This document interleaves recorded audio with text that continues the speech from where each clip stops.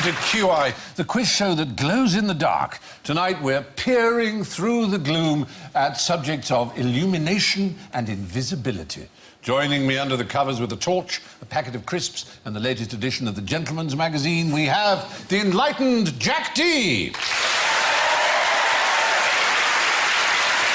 illuminating Chris Addison. The incandescent Rich Hall. And that bright spark, Alan Davis. Now, should any of you wish to draw attention to your brilliance, you can light up my life in the following manner. Jack goes... Chris goes... Rich goes... and Alan goes...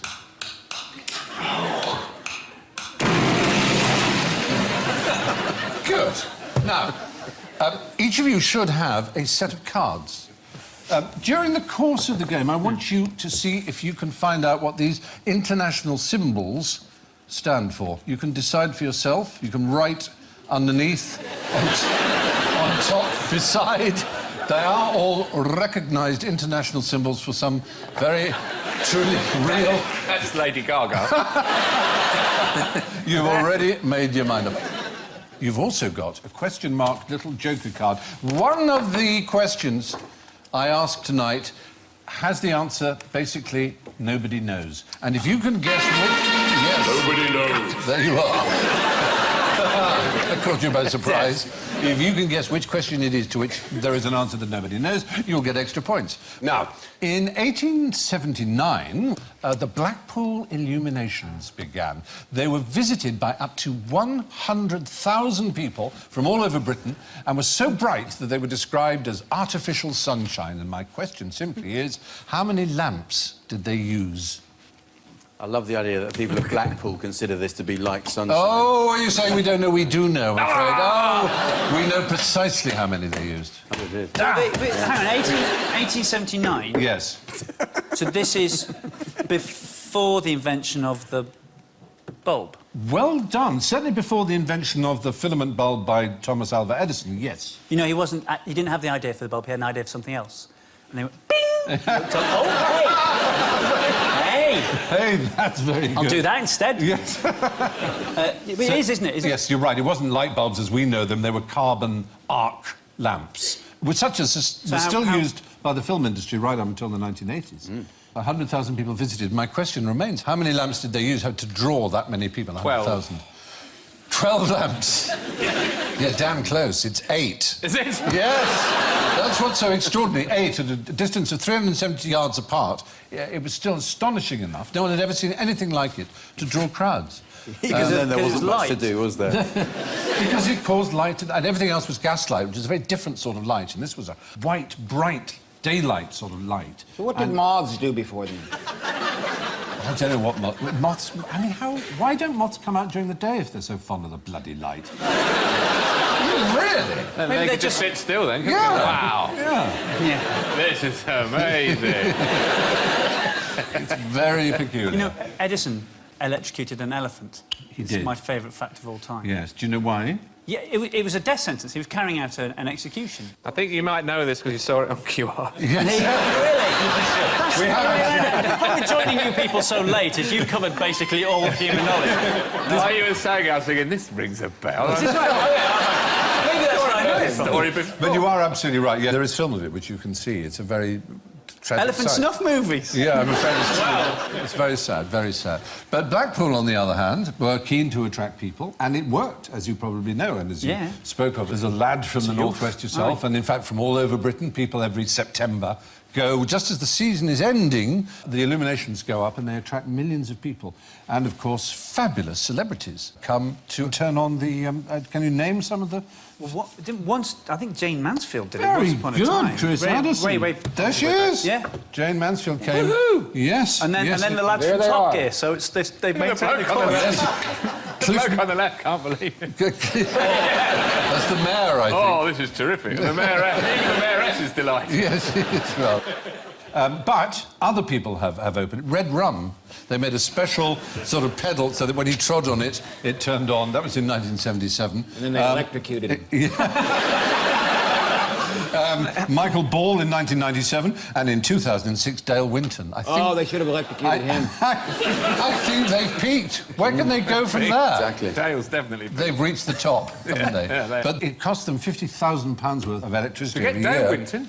Well, not No, of electricity to get, to run the Illuminations. not anymore, because they use those low-energy light bulbs. So there's no point going for the first 15 minutes of the Illuminations. You have to wait. You have to wait for it to warm up. The countdown. 3, 2, 1. Oh. Come back in 15 Yes, minutes. that's It'll be right. lovely. Cost over £2.4 million to stage, but apparently it brings 275 million to the economy because so many people come to watch. But it's free, isn't it? You I don't have know, to- but they buy fish and chips. They stay the £275 night. million worth of fish and chips. It brings 3.5 million people, and they don't have to spend more than £7 for that to be the amount of money that they would do. Well, there you are. Yeah, the original Blackpool Illuminations consisted of 8 bulbs. Today, they're 6 miles long and use 200 miles of wire and 1 million light bulbs. Now, if you can dispel the shadows on this one for me, I'd be very grateful. Why did Mexican revolutionary Pancho Villa have to wait for the light? There he is, Pancho Villa. He only had to wait till the banks were open before he could rob them. Well, Pancho Villa was part of a war in Mexico. He was. Yeah, He's he was a a great, revolution. yes. Quite a tremendous stature, but now reduced to a chain of tawdry Mexican restaurants where Yeah, suburban bimbos go and drink margaritas for $2 a pitcher and that's it. weep into their guacamole. This is why you didn't get that gig in advertising. Yeah. But there was a 3-part war. There was the government of Mexico against 2 revolutionaries, Pancho Villa and... Oh, is this a patter? Zapata, yes, the other one. Shoe, I think, in Mexican, isn't it? Yes. Yeah, in Spanish. Whereas Pancho He Villa was- means house of Pancho. Yes, that's right. He wasn't called Pancho Villa, was he? He took his name from his granddad, which is the best name I've ever heard, which is... Aston. Aston Villa. Perfect. It was Jesus, Jesus Villa, which just sounds like the Pope's holiday home. Yeah. No, we go to Jesus Villa. It's Jesus very Villa, good. yeah. It so happened that the American public were rather fascinated by this Mexican war, and different American film companies paid the different sides for the rights to film their battles. And Pancho Villa got 20% of the box office of the Mutual Film Company, who were on his side, as it were, but he had to wait until the cameras were set up and the light was right before he could begin the battle. And they made him dress up in a general's uniform. Usually he went casual, but they made him dress up in a general's uniform to look like that. So just before they charged, did they get makeup and everything? Yeah, but that wasn't quite that bad, but it was an extraordinary, bizarre war run for American studios. And the strange thing is that actually the reality wasn't that exciting, and they would reenact it back in America to make it look more bloody and dramatic. But they would use the footage of him, pointing in his uniform. Because he, like lots of the Mexican revolutionaries, sort of operated as bandits as well, didn't they? Yeah. They were sort of political armies, but they were bandits to raise money for their armies. And he held up a train, and he took 122 silver ingots and a bank employee, a Wells Fargo bank employee, hostage, and then forced Wells Fargo to help him sell the ingots with the hostage. It's fantastically... Very good. I like can't the cope with 122. 2 intelligent, interesting people on this show. It's good, isn't it? Yeah, it's very hard. He didn't just say 120, it was 122. Yeah. I like that. But it sticks with you. Scholarly of you. Very impressive. We said on QI, we told you what Pancho Villa's last words were. I don't know if you remember, Alan, you were definitely there. Turn the lights out. Ouch. No, what, They... don't let it end like this. Let me at least say something. Was apparently...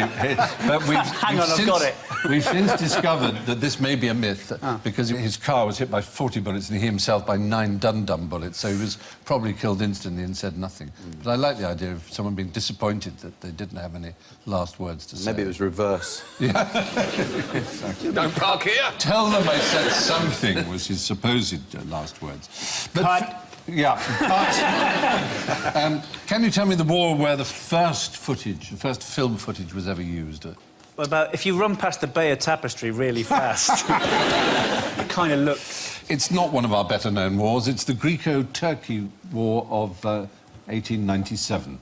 And there was a British film cameraman called Villiers who took the footage and then got home and was really annoyed to find that someone else had reenacted the battles back home in England, and they were playing in the newsreels. Because this was... Yeah, this was... The whole thing was that newsreel was so new that people were incredibly excited, and they didn't really know how reality looked far away in battles. And if you lived in London or in Bradford, or wherever it might be, and you went to a newsreel place, you kind of believed what you saw. And so in the naval battles of the Spanish-American War, there was a guy who cut out battleships and pasted them on bits of wood and put them in a tank of water just an inch thick, and had little bits of gunpowder that he lit, and had an office boy blow cigar smoke. Michael Benty. Like this. and it played to packed houses. People thought they were watching a real naval battle. They just reenacted them back home. Yes, they just took it on faith in those days, early on. And to be fair, to some extent, even today, most journalists who work in war zones will tell you they kind of sex up their video footage. They do a lot of with the camera, just simply to catch our interest. I often wonder, you know, people who report things like flower shows, whether they are just slightly cowardly war correspondents. They're working their way up, but they're just working with the gentle stuff first. Yes, like start with the azaleas. Yeah, something not too scary. They say that the #1 rule of battle photographers is you always run toward the gunshot when everyone else is running away from it. Right. Which I think, you know, weeds out a lot of people right away. I'm going to shoot weddings. Yes. So you count me out. The earliest we can date back this idea of faking war photography to make it more interesting, to give it human interest, is in the 1857 to 58 Indian uprising, where the Secunderbag massacre was photographed, and the photographer just bestrewed it with human bones. Those were added by the photographer. And he carried them in a bag. Well, I don't know where he got them from. I suspect he dug them up. But you can see literally skulls and femurs and rib cages. I mean, it certainly tells the story of some death going on, but it was a fake. That guy did my wedding photography. I wasn't pleased with it. He was old, too, wasn't he? Let's be honest. He was very, very old. Now, what is this man about to do?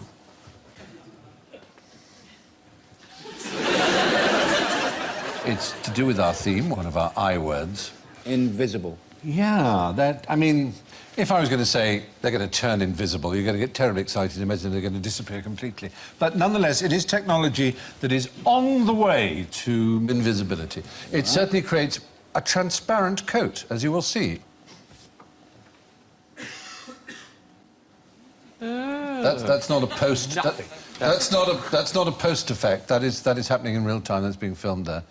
That's that, and that's the coat there, and that's it being filmed. Oh, the two cameras, aren't there? There's a camera... Yes, so what's happening... Superimposing the front camera onto the picture on the back camera. Essentially, that's the technique, and it does actually have interesting applications that are beginning to be developed, allowing pilots to see through the floors of their planes, for example. It's just... Why, just to scare the shit out of them?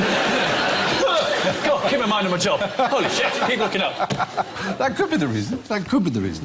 But, yeah, I mean, it's quite a good effect, isn't it? He's called Professor Susumutachi, and the cloak is made of a material called retroreflectum. And as Jack rightly spotted, it's projecting an image onto itself of what is behind the wearer. The computer generates the image that's projected, so the viewer effectively sees through it. That would really screw them up at airports, wouldn't it? Oh, wouldn't that be very odd? Go through security. One of those. It'd be great for talking to boring people. You could just look straight through them. What's going on behind them? Yes. I mean, cloaking technology, as we know, is at its...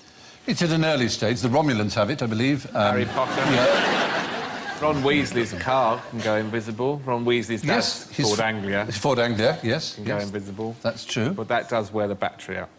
Yes, exactly. And Harry has an invisibility cloak. Invisibility cloak.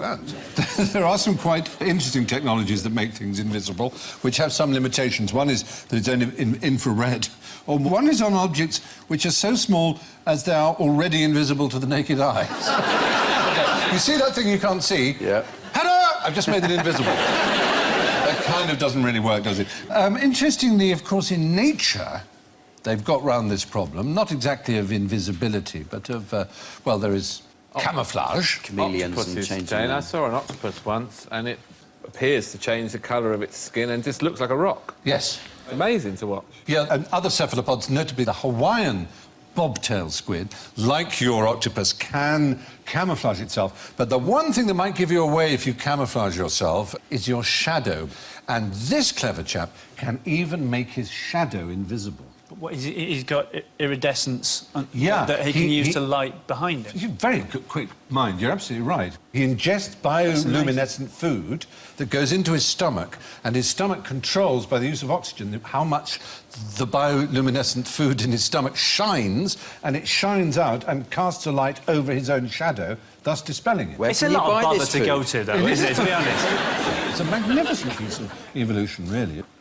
Jim Lovell, who was the Apollo 13 astronaut, all his instruments died when he was a naval pilot, and he was at sea in complete blackness. I think there was no moon as it happened that particular night, and how could he find his aircraft carrier? And he could just see this very faint phosphorescent wake of the aircraft carrier, which itself was over the horizon. So he just followed it and followed it and followed it, and eventually he got to the aircraft carrier and landed on it. There's a lot of life at sea that is luminescent. It's quite beautiful. It was a very rare occurrence. Yes. That luminescence happened every so often. When it happened to Lovell, it was a complete coincidence that it happened to be that day. Right. It wouldn't always have happened. So he was a doubly lucky man. very lucky man, surviving yeah. 13 as well, yes. Yeah. So you knew the story already? I did, yeah. Well, the moon, that's my thing. It is, isn't it? I'd forgotten that. You're very much a moon Yeah. chap.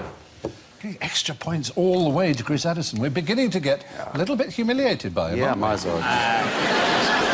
Chris, well, do you know what these mean? I think I've got a guess. Actually, during the Indonesian confrontation, as it was called, in the early 60s, the British Army were very puzzled as to how the Indonesians could travel in the darkest forest, and they'd all stay together in single file completely, and they would tuck a rotting leaf into the back of their hats, and it gave off just enough phosphorescence for them to see the person ahead, and they could stay in absolute line. Is that in any rotting... I don't think it's any rotting thing. I think they knew which leaves to pick in the forest. Now, what do these people do for a living behind me here? This thing's going to go off, isn't it? Ninja. Oh! Yeah, there you go. Are they not ninjas? No, they're not ninjas. The darkest clothes that ninjas have ever worn have been blue, possibly at night, but ninjas never wear black. The reason that ninjas... Why it's so slimming? I always thought ninjas might be fat, and that's why they... Yes, in order to look better. Yeah, is that better for me? No, it's a sort of odd thing, is that there is a tradition in kabuki theatre that if anything is black, you can't see it. So people can move furniture around and things like that. Because they're wearing black, they are stagehands. And then, as a rather wonderful surprise in kabuki, they might have a stagehand suddenly kill someone. And because there'd be a ninja, because the ninjas were the secret assassins. And so this association, this pop association appeared that ninjas wore black, but they never did. They didn't sort of fight, though, did they, ninjas? They were kind of... The point was they would run away a lot. I mean, yes, well... it was all distraction techniques, was how they used to overcome their foe. So they would throw talcum powder or whatever, and whilst you're distracted with the lovely skin, they'd run away and moisturise. And that, yeah, or they would throw cards or, you know... Yes, they stuff would... like that, and then run, because they didn't want to engage. Yes, what they weren't... They were the exact opposite of the samurai. Samurai were all about honourable man-on-man sword fighting, and ninjas were about, as you said, scouting, spying, deceiving, all kinds of different little tricks of one kind or another. Yeah. And indeed, those kind of things you mentioned were part of their repertoire. But what they never did was wear black. Staying with Japan for a moment, tell me something quite interesting about the original geishas. They're all men. Yes! Oh, God. Absolutely right. Bravo. Until 1751, all geishas were men. Originally, geishas was almost more like court jesters. They were not courtesans, as they're often considered to be now. And then it took about 100 years before they were sort of even number, and then the female geishas sort of overtook, and now they're all female. Now, how about an ingenious interlude? Have a look at this glass tank behind me and tell me how many balls there are in there. 1, 2, 3, Well done, Alan. 4. So far, so good. Yeah. 5. Yeah. 5. The worst episode in the National Lottery. So how many are in there, would you say? 5. 5. Well, it looked like 5, didn't it? You might be rather surprised to know that there are actually over 1,000 glass bottles in there. And we can show you perhaps a better view of how many there are. What's that? Look. They're all invisible. And in fact, we have an example of precisely these kinds of... There they are. Yeah, they're gooey. They're really weird. They're called hydrogel beads. But I can't see them. You can see them, yes, and we deliberately allowed them to be visible. But in large glass tanks, they wouldn't be If you visible. push one underwater, it goes invisible. Exactly, and they have the same refractive index as water, which, as you know, Which means light can pass through at the same angle. So they appear to be invisible in water. We can't see it! Yeah. Quick, a hairdryer. It's gone down the set. Is there a Suddenly going to start floating away. is there a use for them? Yeah, there we are. I've got a glass of water there. Are It's they got worth got about £500 7. each? Are they edible? I wouldn't want to take responsibility, but I don't think they'll do you any harm. Try one. What are they? What are they used for? Well, they have a commercial use, actually. Oh, I broke it. Oh, no. Is it burst? Yeah, it burst. No, it's sort of gone into pieces, actually. It's like, oh, yes, it's rather strange material. Oh, can you guess their Terminator. commercial use? Packing things. No, flower arranging is one. Is it for packing goldfish when you get them through? Put these- Why aren't they making battleships out of this stuff? Isn't it? Well, who knows? All kinds of new Submarines. uses Make a may be submarine found. out of it. I have to say, this feels gorgeous. It's quite good, isn't it? Oh, it's quite a good feel. addictive, isn't it? It's really... There's there's something quite gorgeous about that. Mm. Yeah. It's just... Might have a play around with that later. Yep, he might. Another use is the manufacture of... Behave. Disgusting. Another use... Jack's going to put his willy in it. Oh, dear. Oh, I've already put it in that one. It's weird, because when you put it in, you couldn't see it. It has the same refractive index. Think of a comeback. Yeah, the other use, apart from flower arranging, is the manufacture of contact lenses. It'd really freak people out if you put them in your eyes, wouldn't you? You big, Well, big obviously, yes, not necessarily in the round. Marty Feldman's contact lenses. Any of these coming up in any of this? Not yet, no. Nearly all the light in the world, of course, comes from our sun.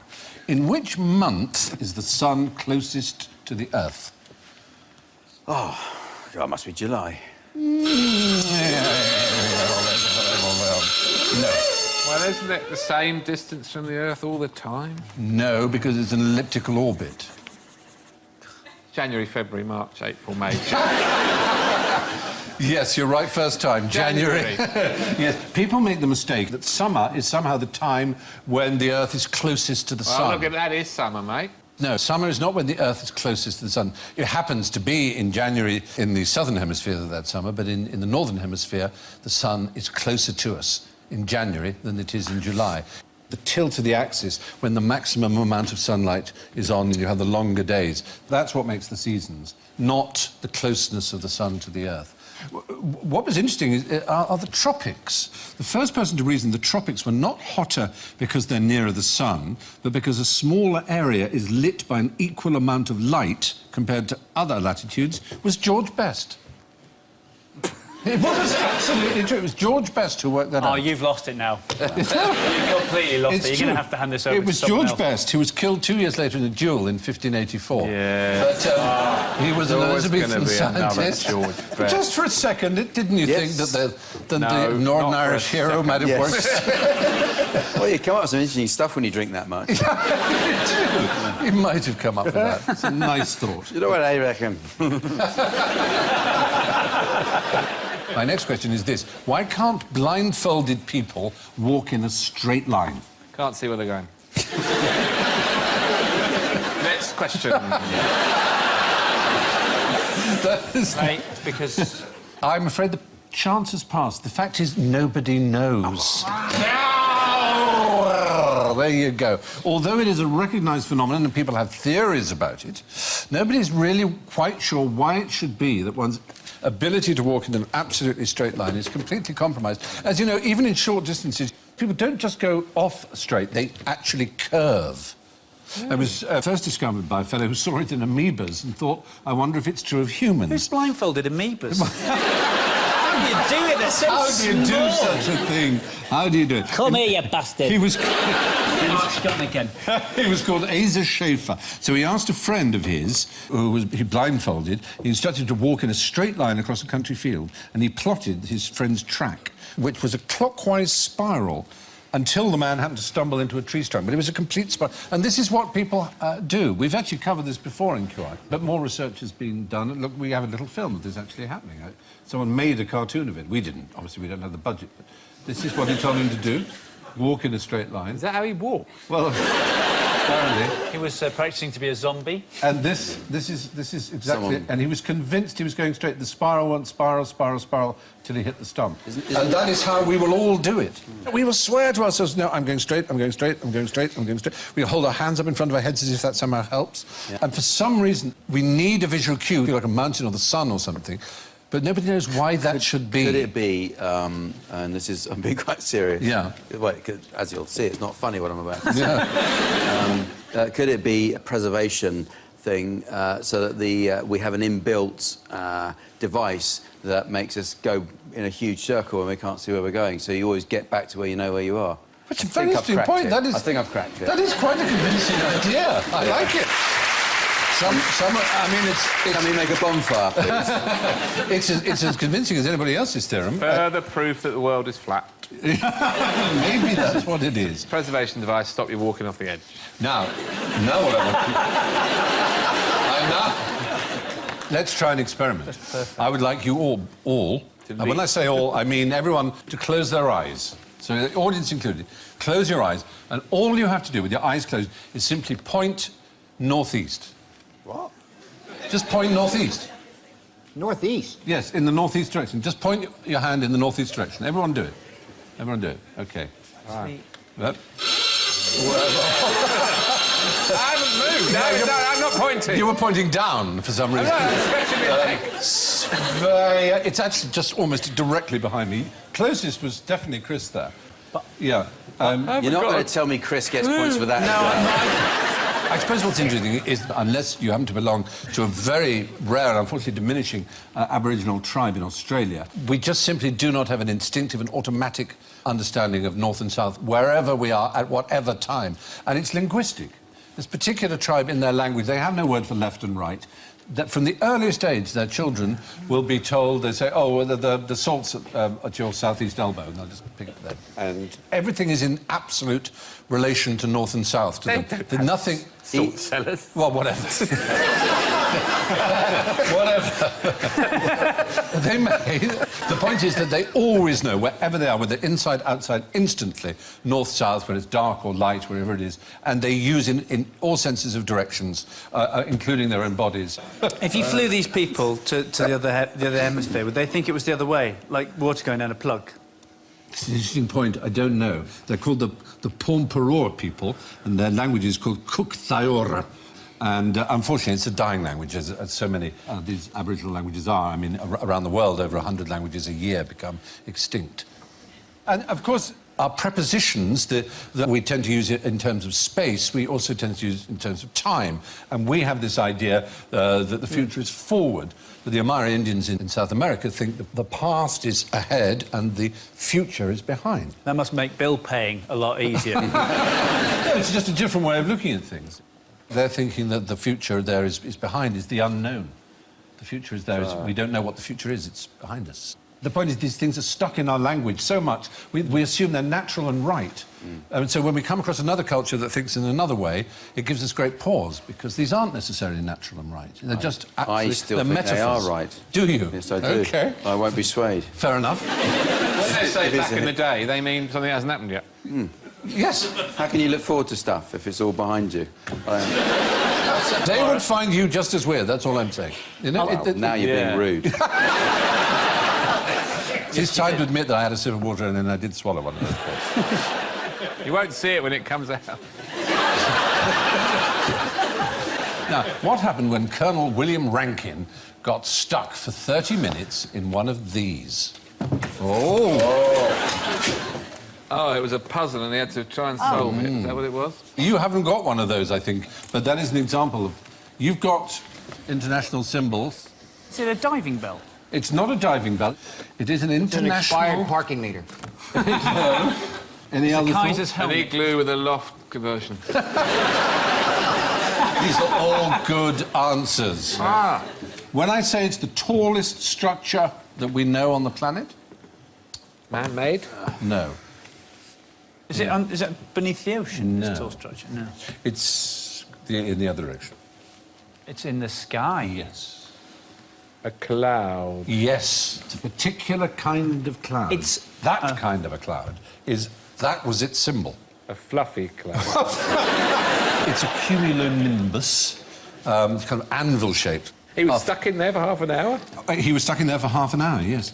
He was a US pilot, and he ejected. So he'd opened his chute then? He opened his chute, but it was a half an hour inside this thing, being buffeted about. So how tall was the pole this sign was on?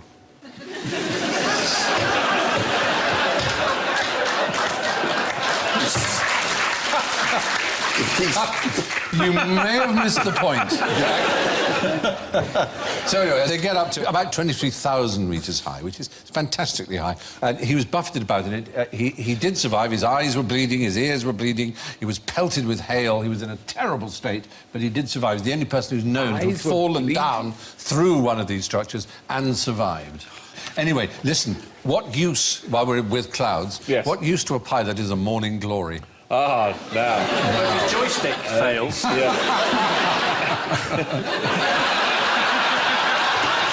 Oh, dear, he's smiling, isn't Yeah, that's the co-pilot's joystick. Maybe that's why they always sound so relaxed. Morning, ladies and gentlemen.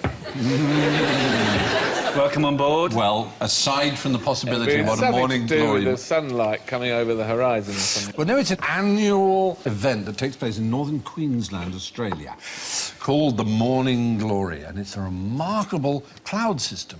It's really amazing. We've got a picture of it. It can be up to 600 miles long. That's as long as, well, the United Kingdom. Wow. Look at that. There. And it's over Burketown, which has a population of 178 people. But lots of people come, and the reason they come is apparently if you're a glider, a gliding pilot, you get the ride of your life. It can go at 35 miles an hour, this cloud, zooms, and inside it, apparently, it's the most exciting thing that you can experience. And you bump into a bloke with a parachute. Get off!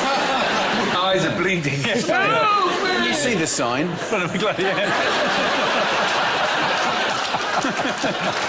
Oh, dear. And that's the only place for a cloud like that? Oh.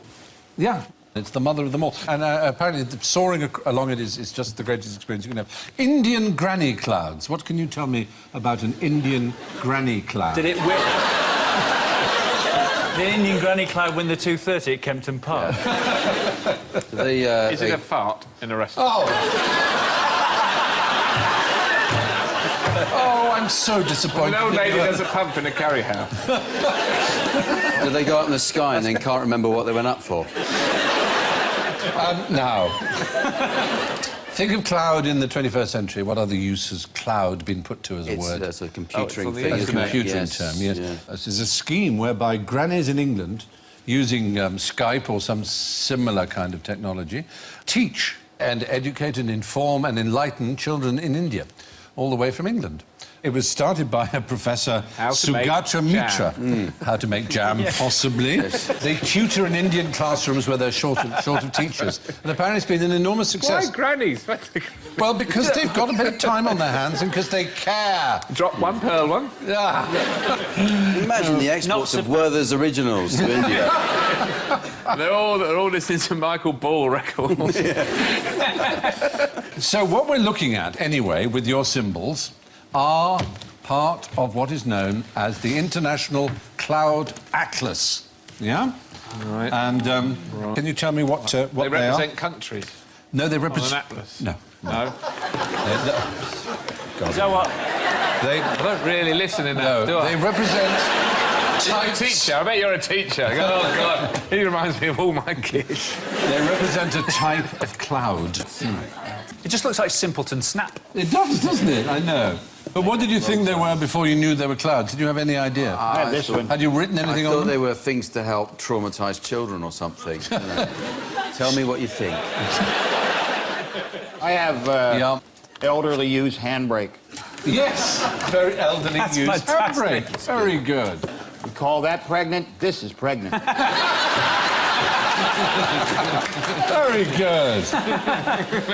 That's actually E.T. being quite rude. I don't know what it means, but it's rude. Yeah, absolutely. Well, there you are, the International Cloud Atlas. Yeah. There were three forms, the cumulus, the heaped up one, Stratocumulus. the stratus, Nimbus. and the cirrus, the fluffy one, yes, exactly. And then all the mixtures of those in between, the altocumulus, the stratocumulus, and so on and so on and so on and so on. Now, it's that time of night when we grope our way towards general ignorance at the end of the tunnel. So fingers on buzzers, please. Name the largest black body in the solar system. Oprah Winfrey. Whoa! Oh! Oh, Rich! Oh! Oh!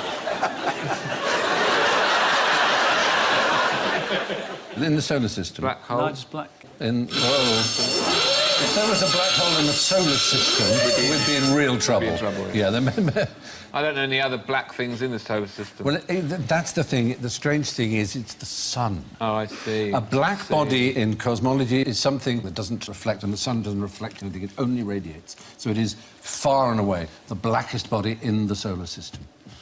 So that's cheating. It seems to be a little bit of a cheat question, but had you known the answer, it wouldn't have been a cheat, would it? So if you were to shine a light on the sun, which would be pointless, I accept that. Yes, it wouldn't reflect off it. In the solar system, there is no other body so unreflective. The moon, for example, is nothing but reflective. It gives off nothing, but reflects all the light of the sun. Same as us. But the sun reflects nothing. How long does light from the centre of the sun take to reach the Earth? Yes. Now, I know this. Good. Well, it might not be the centre, that sounds like a trick, but the light from the sun takes 8 minutes.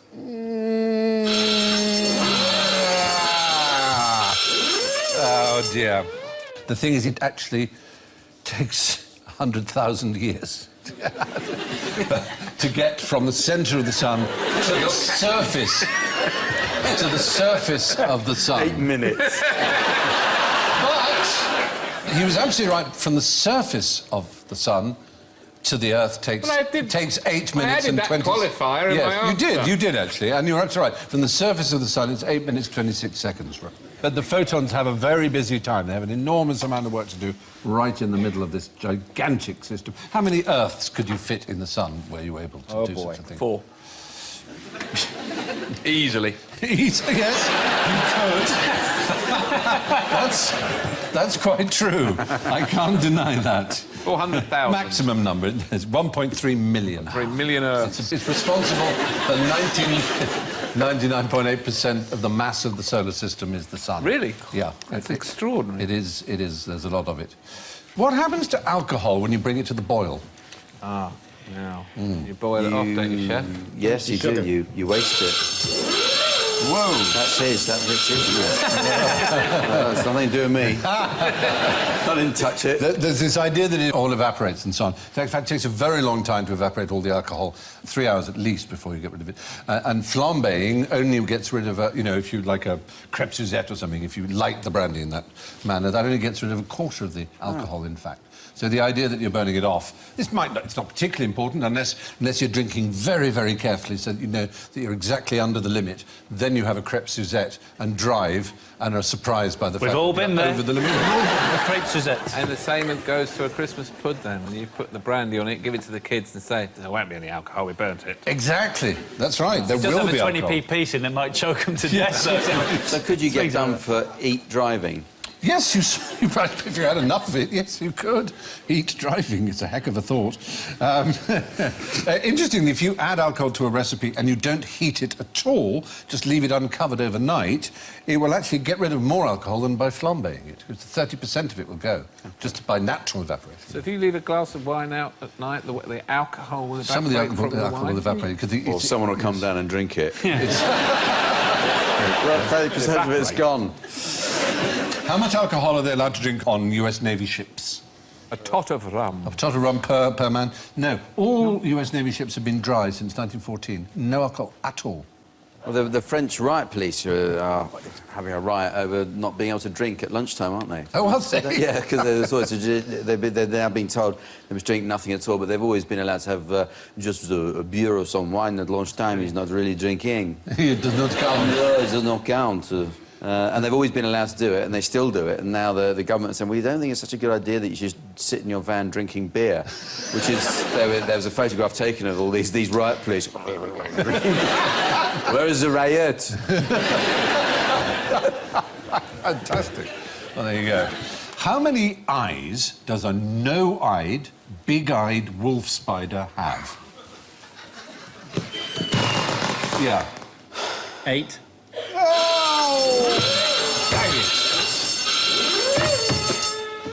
None. Yes! It's, after all, a no-eyed... No-eyed, big-eyed yes, wolf spider. But all big-eyed wolf spiders do have 8 eyes, except the no-eyed, big-eyed wolf spider, which is a member of I feel genuinely really stupid because you actually gave me the answer in the question. I did, really. The worst one to have got wrong in many respects. But the reason is it's a member of the same order of 8-eyed spiders, but it's evolved to live in a cave where there is no light, and so it has lost all its eyes. There it is, rather grim-looking creature. These are in Kauai, in Hawaii. Kauai. Yeah, Kauai, and they're getting very, very rare. But there you are. Little things have no eyes at all. I bet they can walk in a straight line now. And so, from the colliginous shadows of general ignorance, we emerge into the unforgiving light of the scores. And my goodness me, aren't they interesting? Well, tonight's indisputable Illuminatus with 3 whole points is Rich Hall! Oh! Burning brightly in second place with -1, Jack D! Oh.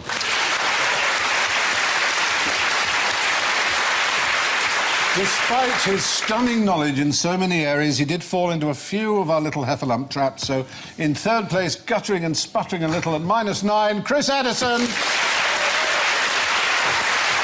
But cast forever into outer darkness with -45 is Alan Davies.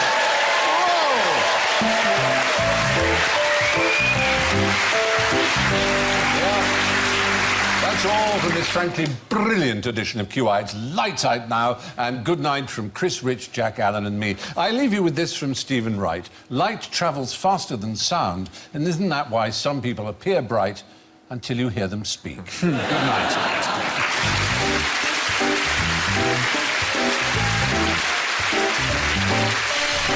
Next, fasten your seatbelts for 80 minutes of glossy first-class American drama on BBC Two with the feisty flyers of Pan Am.